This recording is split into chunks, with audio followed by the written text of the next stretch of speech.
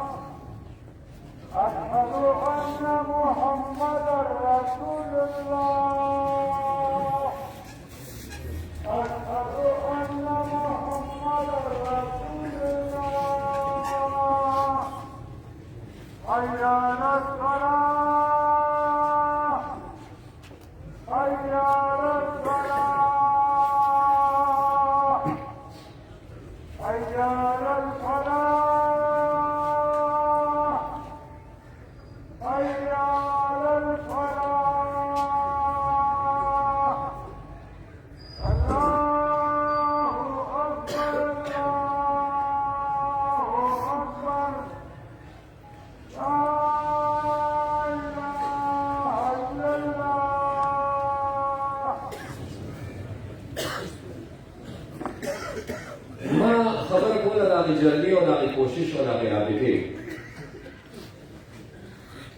نو زموږ د مردان زما یو ډېر ښه ملګری دی زما ورور دی او د هغه نوم دی شاهرخ امان د هغه تعلق دی د رستم د نوي کلي سره او د شاهرخ امان تعلق د دې کورنۍ سره دی تګ راتګ یې ورسره پېژندلو یې ورسره هغه په ځان دا فرض وګڼل چې یاره یو کور دی یو خاندان دی زما ورسره تعلق دی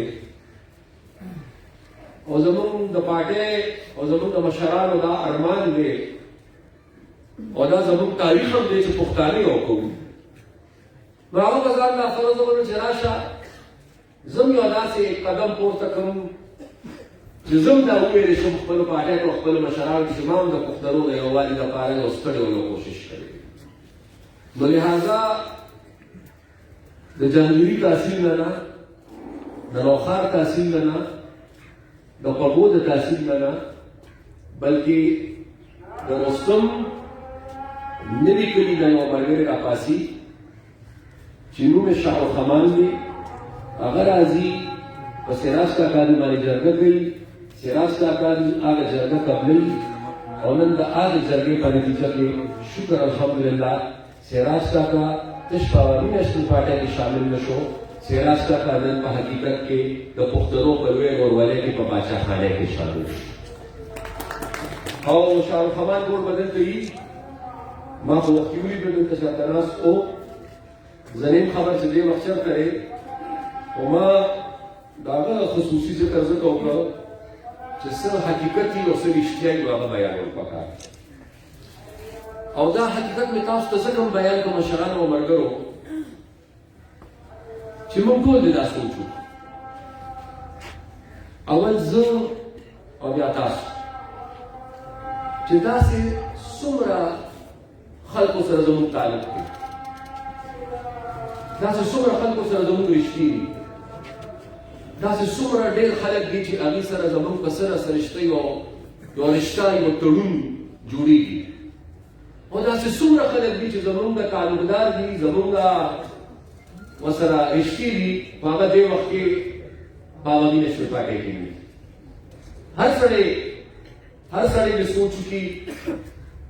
او هر سړي ته به دا اندازه ولګي چې داسې څومره خلک دي چې موږ یې د پښتنو دې کور ته راوستي شو موږ یې د پښتنو په دې ورولۍ کې شاملولی شو خو تر دې ساعته پورې هغه موږ شامل نه کړل نو دا تاسو ته خواست کوم دا تش تاسو ته خواست نه کوم دا نوي پښتون ته خواست کوم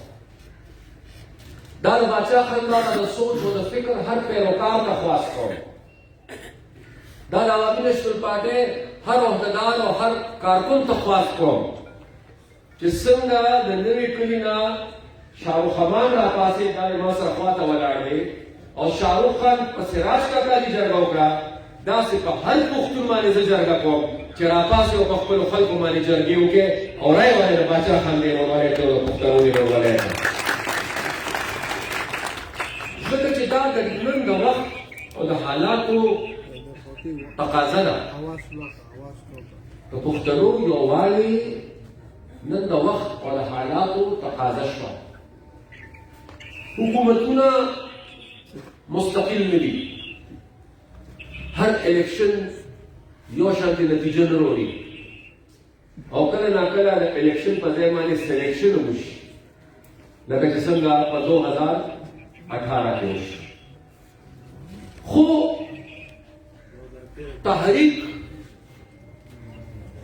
د پښتنو دا تړون دا د سلو کالو جدوجهد دا یو مستقل ستړی ده او هغه ستړی هغه تحریک هغه قربانۍ سرکلیزه تاریخ زموږ نه دا تقاضا کوي چې موږ پښتانه یو موږ د پښتنو د یووالي لپاره یو کردار ده او نن شکر الحمدلله د هغې یو ډېر بهترین مثال د شیراز خان په شکل کې ستاسو وړاندې یو زه دا خبره واضح کړم ما چې تپوس وکړم چې سراج خان تاسو عوامي نشل پارټۍ ته راځئ ستاسو څه شرط څه تقاضا څه مطالبه شته که داسې څه خبرې نو ماته وکړې نو ماته وویل چې حیدر خان زما هېڅ تقاضا نشته هېڅ شرط مې نشته نرانو له راتلل غواړم پښتنو له راتلل غواړم تش دومره خواست به کوم که داسې یو سړی وي چې د هغه ایمان لږ ډېر کمزوري وي او مخکې ستاسو ملګري پاتې شوي هغه خلک به ځان کې نږدې نه کړی او زما هېڅ شرط او هېڅ تقاضا نشته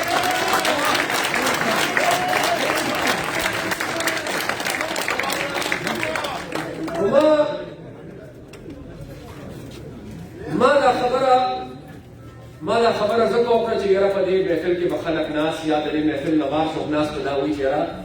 سراج خان یو سابقه ایم ایل اے عوامي نشل پارټۍ ته راغی څه نه څه خبر خو به شوي که نه په څه نه څه خو به څه معاهده به شوي څه واده به شوي څه پټه خبره به شوي نو دغه خبره ما ځکه واضحه کوله چې څه وو هغه مې درته بیان کړل او زما په خیال کاغه څه غوښتي وي نو ډېر څه ناروا ناجایزه نه وي خو کنه داسې نه ده داسې ده که نه او چې څه هغه غوښتي نو ستاسو په اتفاق کې ده که نه انشاءالله دا مې سره راته وعده کړې ده ما ورته ویې کاکا سیاست دی که سبا په دې کې موږ کینو د یو مخصوص کس په حواله زه دا خبره نه کوم، زه عام خبره کوم. لکه اوس سراج کاکا دي راتلل، نو ظاهره خبره ده ما خپل فرض ګڼل چې زه د ضلعي تنظیم سره مشاورت وکړم. د ضلعي تنظیم بیا دا فرض و چې هغې د تحصیل سره او د مخالفو ډلو سره صلاح کړې وه. دا زموږ روایت دی، دا زموږ طریقې کار دی. نو که دغه شان چې سبا موږ وړاندې د خیره د خپل ورورولي مضبوطو او نور پښتانه په دې علاقه کې د باچا خان د کاروان ته راولو، نو ظاهره خبره دا ده چې د هغې لپاره به بیا د صلاح او د مشورې همدغه پیمانه او دغه طریقې چې څه په دې شمولیت کې د خیره موږ احتیاط کړو. زه بیا صاحب خو درته د پي ډي ایم خبره وکړه، زه هغه خبرې په اول نه غواړم. زه به خبره که ستاسو خوښه وي نو زه به خبره خپله محدود کړم پښتنو ته او پښتونخوا ته. ځکه چې نن سبا خو زما ذمواري صاحب داسې ده چې د بلوچستان په حواله ما ته موقع میلاو چې زه بلوچستان کې خبره وکړی شم، یا بلې صوبې ته چې لاړ شم هلته کې د هغې صوبې په حواله خبره کول غواړي. خو چونکې زه نن د پښتونخوا په خاوره خپلو پښتنو مشرانو ته او ملګرو ته مخاطب یم، نو زه به نن خبره د پښتونخوا په حواله وکړم. اول خو د 2008 نه واله 2013 پورې چې کوم وخت ما ته او تاسو ته د دې صوبې د نمایندګۍ او د خدمت موقع میلاو شوې وه، که یو بل حکومت داسې حالاتو سره مخامخ شو او خاص کر داسې حکومت چې په ووټ هم نه راغلی، نو زما په خیال چې د هغې حکومت دپاره به یو څو ورځې هم پاتې کېدل ممکنه نه وي. هغه دومره لوی ازمایش په هغې برداشت نه کړي شي، د هغې دومره لوی ازمایش په هغې مقابله ونه کړي شي، ځکه چې هغه 15 کاله کې یوه خواته خو توجه زمونږ د ملکن او د سوات په خاوره وه چې هلته زمونږ په کور اور بلېده، او دا اور د 2008 د الیکشن نه مخکې بلېدل. بل خواته د وزیرستان نه واله تر د باجوړ پورې زما د هغه وخت په قبایلي سیمه باندې یو یلغار و، هلته هم د پښتنو وینه تویېده او دې خوا هم د پښتنو وینه تویېده. هلته هم یو جنګ په نوم مسلط و او دې خوا هم یو جنګ په نوم مسلط. او په دې حالاتو کې خپل فرض موږ دا ګڼل چې اول د امن په لار د سیاست په لار دغه جنګ ختم کړو، او چې کله امن په لار او په سیاسي لار په دغه کې موږ ناکام شو، ناکام موږ ځکه شو چې کومو خلکو دغه جنګ په نوم مسلط کړی و هغوی په هېڅ صورت د امن او د سیاست لار نه خپلوله. نو بیا ورپسې دویم ازمایش دا شروع شو چې اوس خو به مقابله کوي، ځکه چې سوال جواب ما ته زما حکومت ته دا راغلی و چې موږ له لار راکړې، موږ له لار راکړې چې موږ د وزیرستان نه واله باجوړ پورې او په ټول ملکن ډویژن کې موږ کوم نظام قایم کړ، موږ له لار راکړې چې موږ په ټوله پښتونخوا کې دا نظام قایم. نو څه نظام و هغه؟ زما بچی ته او ستا بچی ته به وایي چې ته سکول ته نه شې تللی، زما لور او ستا لور، زما خور او ستا خور چې هغه په پرده کې او په حیا کې او په عزت خپل سکول ته او خپل کالج ته ځي راځي، هغې باندې د سکول او د کالج دروازې بندې کړې شي. زما او ستا هغه فیصلې چې هغه د قانون او د آیین په رڼا کې عدالت کوي، هغه فیصلې په سړکونو او په چوکونو کې شروع شي، او داسې د ظلم انتها چې د مور او پلار او د عزیزانو په موجودیت کې به یې سړی راوست، په چوک کې به یې خلک راجمع کړل او هغه سړی به د خلکو مخ کې یا حلال کړو یا به یې پانسي. دا قسمه نظام هغه غوښته چې په پېښور او په مردان او په نوښار کې قایم کړي. نو زما هو د میا صاحب دپاره او زما د حکومت دپاره هغه وخت کې دوه لارې وې. یو لار دا وه چې ما ورته ویل چې وروره زما څه کار دی، ما له خپلې پلار نه دی وژلی، چې څه کول غواړې راشه وکړه، خو ما نه په قرار کښېنه. یو لار دا وه. او که د اوسني وې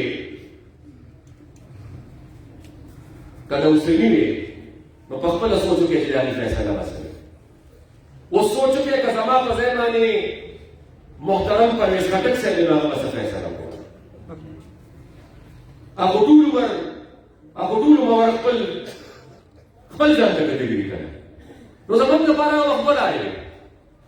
یو لار دا وه چې ځان بچ کړه، خپل کور بچ کړه او خپل بچي بچ کړه. او دویمه لار دا وه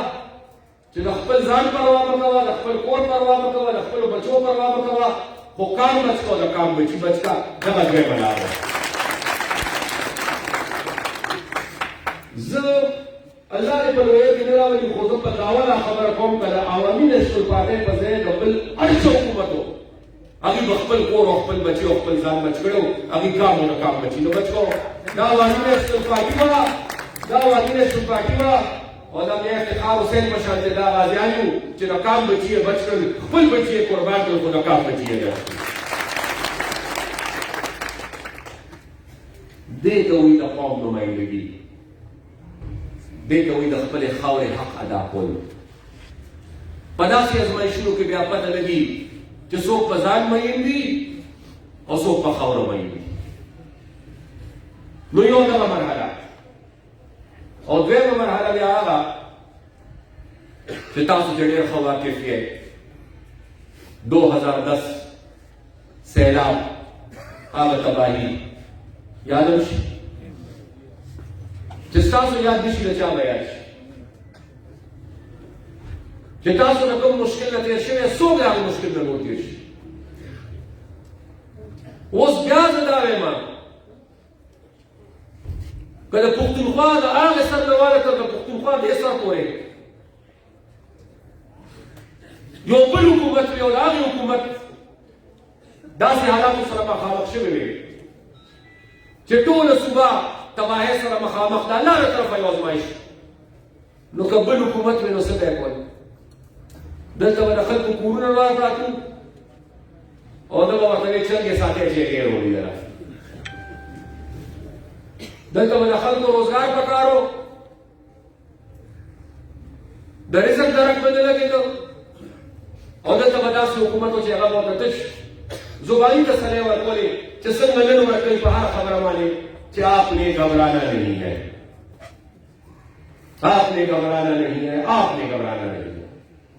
कौन सूची को आपने घबराना नहीं है?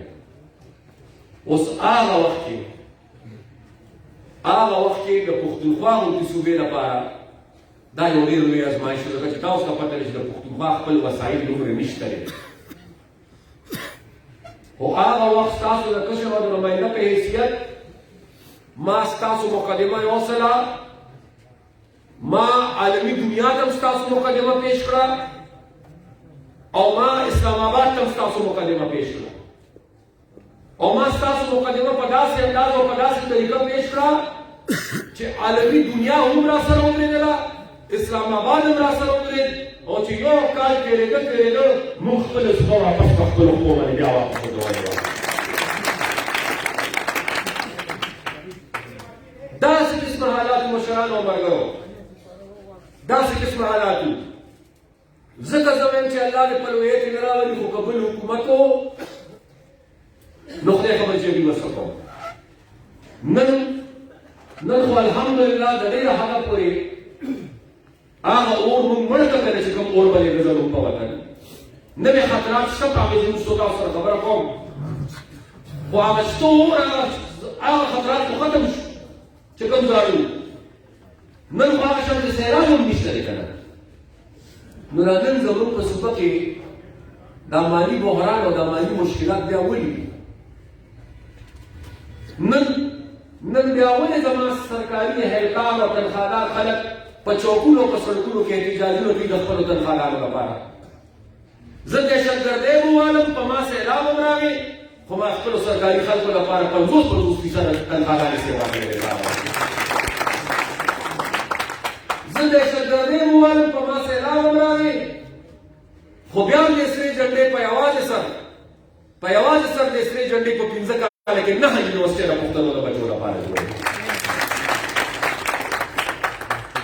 زه دهشتګردۍ ووالم زه سیلاب ووالم خو بیا هم ما دې ته نه دي کتلې چې وسایل نشته دهشتګردۍ او سیلاب یو وخته وه خو دا پلونه جوړېدل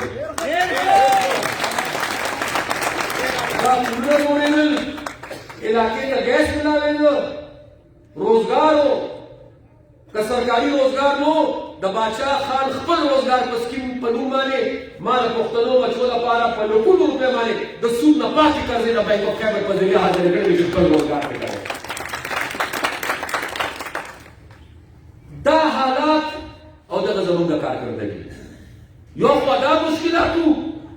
بل خوا موږ د بیرونو صوبې له سنجا خان په مشرۍ کې د پښتونخوا نوم راوړو د پښتونخوا نوم وکړ یو خوا دا ازمایښتونه بل خوا موږ 18 ترمیم د اسمبلی نه پاس یو خوا دا تکلیفاتو بل خوا موږ د اسلام آباد د خپل اختیار خپلې صوبې ته ولاړو او نن که څوک ډېر خوشحاله نه وي نن تاسو به د سلیکټډ وزیر اعظم سے بیانونه د نظره تېرېږي چې هغه وایي چې 18 ترمیم کې بعضې نقصانات هم شته ویلي وي تاسو دا بیانونه هیڅ نقصان نشته 18 ترمیم کې نقصان نشته نقصان د 18 ترمیم په ختمولو کې دی 18 ترمیم کې نقصان ځکه نشته چې د 73 آئین چې د کوم بنیاد خان عبدالولي خان یې ولی خان الله مغفرت نصیب کی د هغې تحریک پکې بنیادي کردار و 73 آئین دا ضمانت ورکړی و د صوبه خود مختار ہے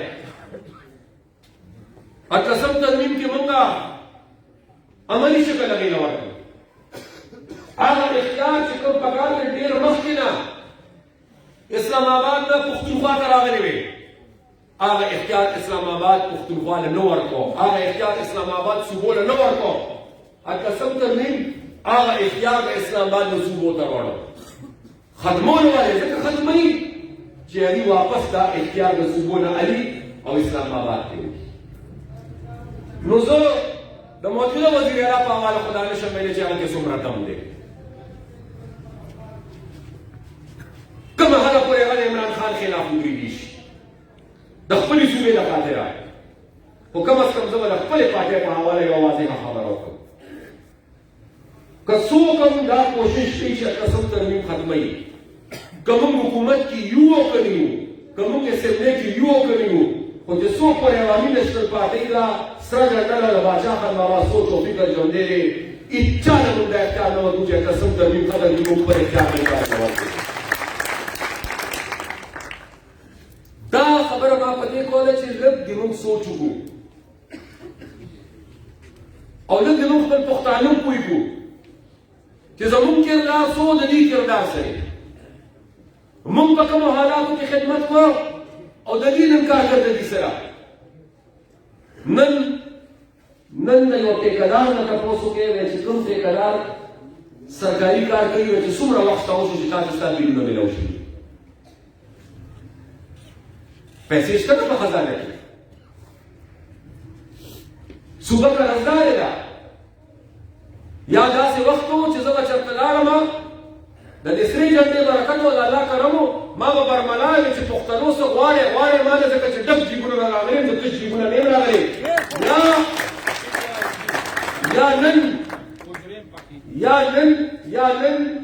یا نن حکومت دی چې ټول کار په نیټو روان دی ټول کار په نیټو روان دی منصوبې په نیټو روانې دي نوکرۍ په نیټو روانې دي ترقیاتي کارونه په نیټو روان دي نور څه کوئ جازونه په نیټو روان دي او چې کله د جاز نیټه پوره شي او کیس ورنه کې نو دا ما ضرور لیدلی و چې بارګین والا به بیا خپل ګاډي پسې ګرځېدل چې په ده باندې کیس شاټ کې دا ګاډي موږ ودرو ما چېرته دا نه اورېدلی چې چا دا ویلي چې یاره په دې جاز باندې کیس شاټ کې دا جاز موږ ودرو دا د مدینې په ریاست کې وشو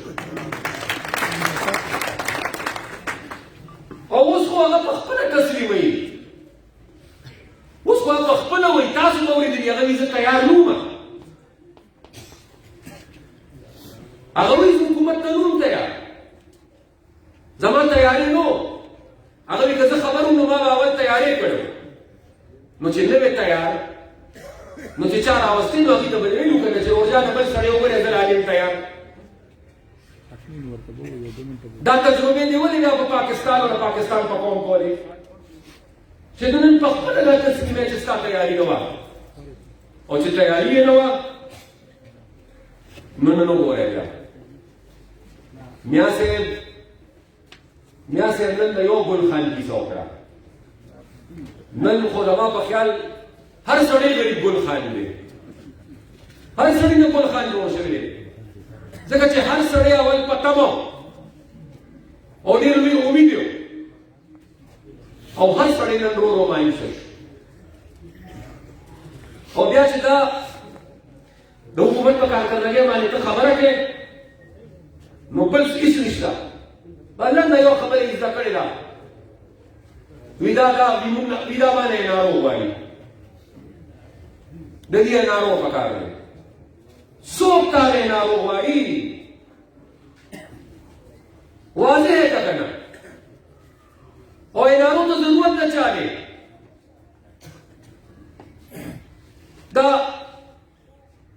دا د بلیون ټری سونامي کیس په دې وزیر اعلی دی دا د مالم جبې کیس په دې وزیر اعلی دی دا د پی آر ټي کیس په دې وزیر اعلی دی د ناروغ ورکړی او ناروغ په کار ده ورنه د سرې جنډې وزیر اعلی نه وایي خپل نه تپوس کوه هغه ته یې ضرورت دی هغه یې ورکړه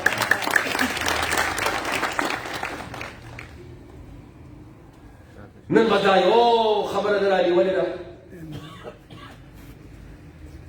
چې غلا شوې ده او غلا شوې ده دا نه وایي چې دا وړوک ګران شو او غیب شو دې کې چا غلا وکړه دا چینی بار ته لاړ او دلته کمه شوه دې کې چا غلا وکړه دا نه وایي خو تش په خپل مخالفینو باندې الزامات لګوي او بیا دا پرون او څومره ښه موقع ده چې سراج کاکا راسره ولاړ دی پرون نے غالباً ما بیان کر نیچے استعفا دینے کے لیے ہمت اور جرأت چاہیے جو اپوزیشن میں نہیں ہے جو پی ڈی ایم میں نہیں ہے یہ سراج کاکا نے تھا پوچھ سکتے کہ استعفا کا ملا کسا رکھو مخکینه استعفا لانے آنو درنے والا درنو کا کوئی ماما چه هر شیو خبارت آغا استعفا لانے یو خواته استعفا لانے والے کرے گلزار خاندی اللہ مغفرت نصیب تو سراج کا دیدی مصر لے جاتا شو خبر هم پدې منافقت چې وته تاسو کوي اوسو وایي بل سره سم منافقت کوي یو په استعفا لانے والے کرے او ورپسې یادو سپیکر ته سوال جواب ولګه چې ګورې پام کوه بس یو دراز کې بند دې کېده چې رابارې نه بیا د هغې نه پس څو میاشتې سراج کاکا تېرې شو ترمنځه او چې کله بیا واپس رالل نو الحمدلله چې دا د څومره مودې تنخوا او مراتې څومره جمع شو هغې هم ټول ورسره راغله نو موږ خو دا استعفا ورکړې ده او ته وایې تاسو کې همت او جرأت نشته ستا همت او ستا جرأت ته سلام چې تا استعفا ورکړه په میاشت سپیکر سره پرته وه استعفا دې منظور هم نه شوه ځکه چې منظورول یې غوښتل ده او ورسره دې الحمدلله د هغه ټول وخت ماران واغېستل دې ته همت او جرأت وایي زه ستا دې همت او جرأت ته سلام پېښ کوم موږ خو استعفا ورکړې نه ده او چې کله استعفا ورکړه نو موږ نشتلیان په یوه خبرې پوهېږو موږ په دویمه خبرې باندې پوهېږو زه د ټولو نشم ویلی ټوله به خپله خبره په خپله کوي خو چې کله پي ډي ایم دا فیصله وکړي چې موږ استعفاګانې ورکوو او زموږ استعفاګانې د پي ډي ایم د فیصلې په نتیجه کې لاړې نو زما به کم از کم هغه وخت کې بیا د قومي اسمبلۍ سپیکر ته د پښتونخوا سپیکر ته د بلوچستان سپیکر ته دا ویلی چې ایمان تېر کړو زموږ دا په 24 घंटे کې دنده منظورې کړه दादी हाथी के दांत खाने के और दिखाने के और खाने के और दाल की साथ یاره جی پراچا صاحب زه تاسو راغلی پراچا صاحب الحمدلله چې ډېره ښکلې پښتو ویلی او الحمدلله چې ډېره خوږ ویلی شي او الحمدلله چې زه پښتنو ته مخاطب یم نو به زما د خبرو پراچا صاحب ښه ترجمه وکړه خیره او که چا خولی شوه نو وبیښې خو زما خیال دی چې ما داسې ووایي چې داسې وکړئ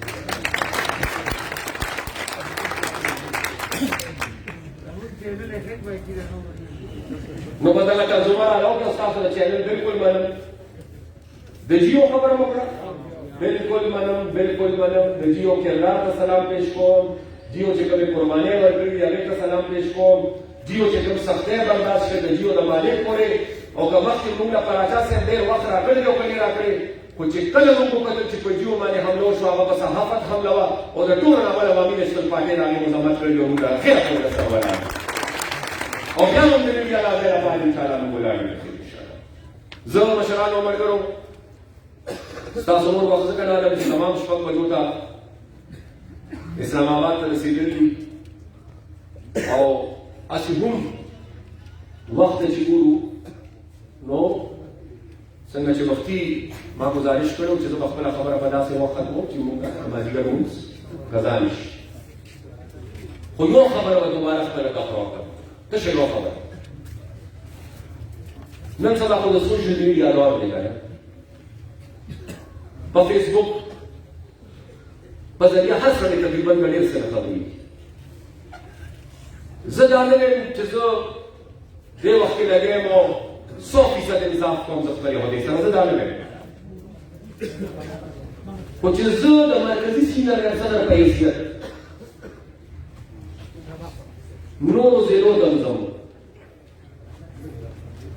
پوره یو حلقه م سنبالوم پوره یو خپله ضلع م سنبالوم تر ضلع یې نه زه لاندې د یونین کاونسلو میټینګونو ته م ځم نو دا یو خاص تاسو ته کوم چې زه د دومره ذموارو د دومره مصروفیاتو سره دا هر څه کولی شم نو تاسو دا هر څه مانه ښه نه شئ کولی ښې کولی شئ نو دا درته خلاص کوم چې اکه د باچا خان بنیادي خبره راټینګه کړې اکه د بابا بنیادي خبره راټینګه کړې بابا دا پښتانه داسې نه دي وکړې بابا د پښتنو پسې کور په کور علاقه په علاقه ګرځېدلی اکه بنیادي خبره د بابا راټینګه کړې خاص کر دې ځوانانو وزن ورته ویم چې کور په کور په پښتنو جرګې وکړي کور په کور کلي په کلي ګاونډ په ګاونډ پښتنو پسې لاړ شي او پښتانه یو دا زما او ستاسو د ټولو نه لویه ذمهواري ده او دا به زما او ستاسو د ټولو نه لوی کامیابي دي انشاءالله که موږ پښتانه یو او خدای مکه الله مکه که موږ په دې کې ناکام شو نو بیا نورې ټولې خبرې چې کوم دي هغه څه معنی نه لري هغه څه حیثیت نه لري نورې ټولې خبرې به هغه حیثیت لري چې موږ دا یو خبره یقیني کړو خیر زه ستاسو نور وخت نه لرم یو ځلې بیا ستاسو د ټولو ډېره زیاته شکریه ادا کوم د ټولو شکریه ادا کوم د دې نه مخکې چې زه خپله خبره ختمه کړم وختي د پول په هغې سر زما یو څو بچي او کشران راغلي وو هغه ځای کې د پول په سر زما استقبال وکړو زه د خپلو بچو د کشرانو ډېره شکریه ادا کول غواړم او بیا د هغه لار نه واله تر د دې ځای پورې چې کوم د سرو ګلونو تاسو نن په ما باران وکړو باران داسې د دې مینې او د دې اخلاص لپاره هم ستاسو ډېره زیاته شکریه او خدای دې دا وخت راولي او خدای دې ماله دا محکم راکړي که الله ته منظور وي الله او که د دې پښتنې خاورې پکې خیر وي الله خدای دې ماله او د سرې جنډې نه دا محکم راکړي چې په کوم تعداد نن تاسو په موږ د عزت او د مینې په شکل د دې ګلونو باران وکړه الله جل وعلا موقع راکړي چې د دې علاقې د ترقۍ او د پرمختګ لپاره موږ په تاسو باندې داسې د آبادۍ او د ودانۍ د په تاسو باندې ان شاء الله ډېر